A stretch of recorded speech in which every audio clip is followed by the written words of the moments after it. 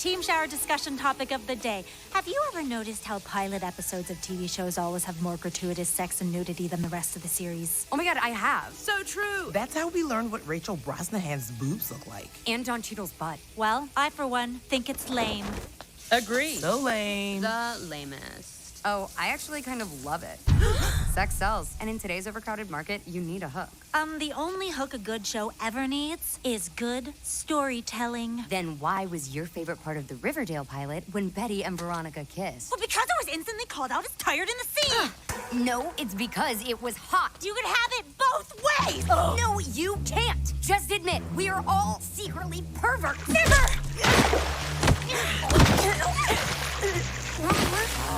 So, the much-dreaded Velma HBO Max show is finally out, and the verdict is that it's terrible. Everyone hates it. Everyone from every angle is complaining about nearly every aspect of the show, as it deserves. But, ever the contrarian, I don't think it's as bad as people are saying it is. It's terrible, don't get me wrong. So, 25% of the show is just regular bad. It's the typical adult humor you'd see on adult Netflix shows where it's like two cockroaches fucking or dumb stuff like that. Then 40% of it is cringe. Pure, the worst thing you've ever seen, cringe, terrible. That's the stuff you've been seeing screenshots of where it just makes you want to die. Then the remaining 35% is actually pretty good. When the show takes itself seriously and isn't being painfully meta, which I'll get to, it's a pretty good show,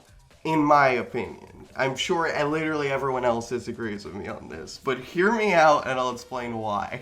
Before I get to the good stuff, I'll talk about the bad stuff. So many issues with this show, but one of the biggest ones has to be the meta humor. Now, meta humor is one of the hardest types of humor to write, and even when it's done pretty well, I generally dislike it. But good meta humor comes from someone who is a big fan and is very familiar of the thing they're making fun of. The other comes from people who are insecure about or hate the genre and subject material of the thing they're making. First type is something you'll see a lot of meta horror movies. Things like Scream and X fall into this category, where it's made by someone who really likes horror movies and they're making fun of the tropes and flipping them on their head. The second part is the terrible cringe humor you'll see in a lot of Marvel movies recently, where the people making it think that they're better than the source material of a superhero movie and the ridiculousness of the situations that are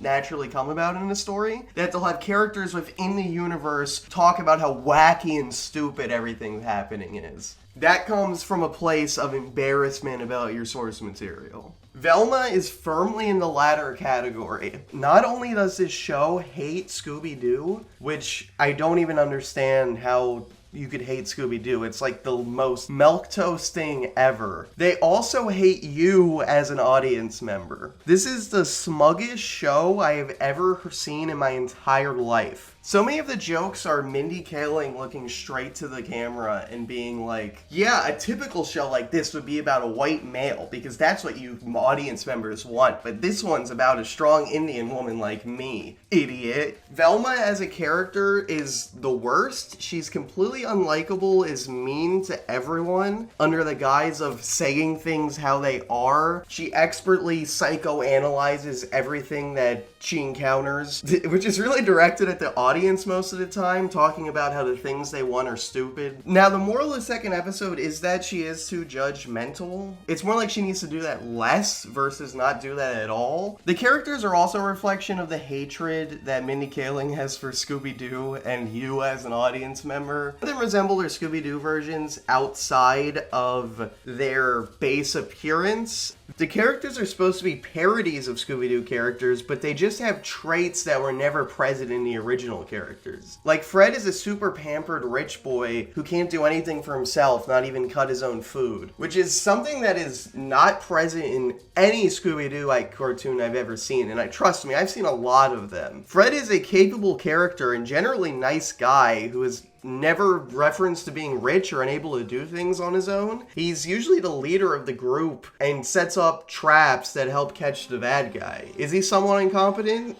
Sometimes. But he's not a fail son, adult baby. Daphne is just like a typical queen bee mean girl. Shaggy is just like a normal guy, and the whole joke is that he hates weed. He's just like the most normal guy of all time, and he's like, I hate weed so much. Despite being nothing like the characters they're supposed to be, the characters are likable, which is actually an issue, funnily enough, just to show you this show can't do anything right. Fred is such an adult baby that's harmless and stupid that he is a much more likable character than Velma, and despite this, is still the butt of the jokes. They constantly make fun of how small his penis is, and he's super insecure about having not gone through puberty yet and having a small penis, and he's so likable and innocent seeming that it just feels like bullying. Like, it's uncomfortable to watch. If this were a show like Always Sunny, it wouldn't be bad, but something about the vibe of it, it legitimately feels like bullying. And there's another joke that feels similar where Shaggy, called Norville in this, they have not called him Shaggy once, confesses to Velma how much he likes her and how he has feelings for her, and she laughs at him. And that's a typical joke in a lot of stuff, but somehow the way it's presented, probably because Velma and the writers seem like they're above it all, and the other characters come off as genuine, not really making as much meta dialogue. They feel like actual characters instead of a writer saying how stupid everything is, that it comes off as like heartbreaking. It's not funny, it's like uncomfortable and upsetting, and I think it's because people can relate to a situation like that where they want to ask someone out and they just think it's like a joke. The Shaggy joke of him hating drugs would actually be pretty funny if he acted like Shaggy and resembled a stoner. Like, if he was a stereotypical stoner and then he would constantly just would like adamantly hated weed. That could be a funny running joke until he actually started smoking weed at the end of the first season. But because Shaggy is just a guy in a green shirt that is completely divorced from the character, the meta joke of him hating drugs doesn't work. It just comes off as a random character saying he hates drugs versus a character that's associated with drugs saying they hate drugs. Okay, I know it made it seem like there's nothing positive about this show, but I swear there is. Some of the jokes actually work. They're always slapstick jokes or more simple situational humor and are almost always told by characters that aren't Velma. All of the meta dialogue is terrible and it's never funny. And that takes up most of the dialogue in the show.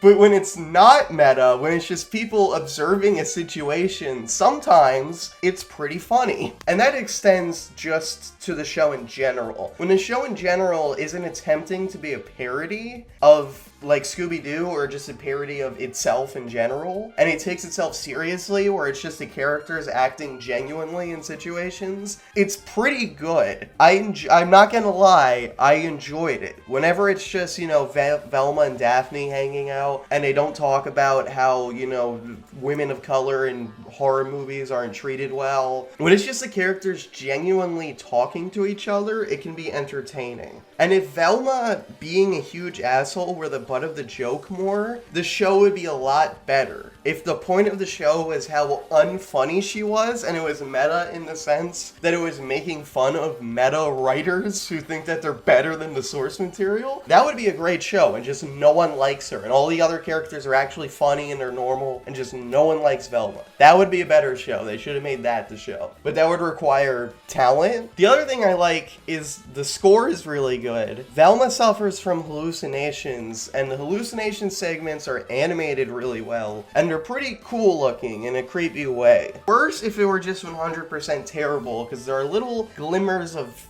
hope in it. If the show had just taken itself seriously and wanted to tell like a normal story without stupid meta humor, and was just an adult version of Scooby-Doo, preferably with the dog, it could have been good. But because it's made by someone who hates Scooby-Doo and thinks that everyone else also hates Scooby-Doo, and it's just looking at you and being like, hey, Scooby-Doo sucks, doesn't it? And you're like, what? What the fuck are you talking about? Somehow this gets renewed for a second season. Maybe that second season would be good if Mindy Kaling didn't write it, but I'm not gonna hold my breath over that. Anyway, I'm probably gonna talk about this again when the season is over and do a full review of it. Maybe if each episode is crazy enough and this video does well enough, I'll make a video on in each episode. But anyway, what's your favorite Scooby-Doo movie? Mine is the witch's ghost one. Let me know in the comments below and be sure to like and subscribe for more content. Bye bye.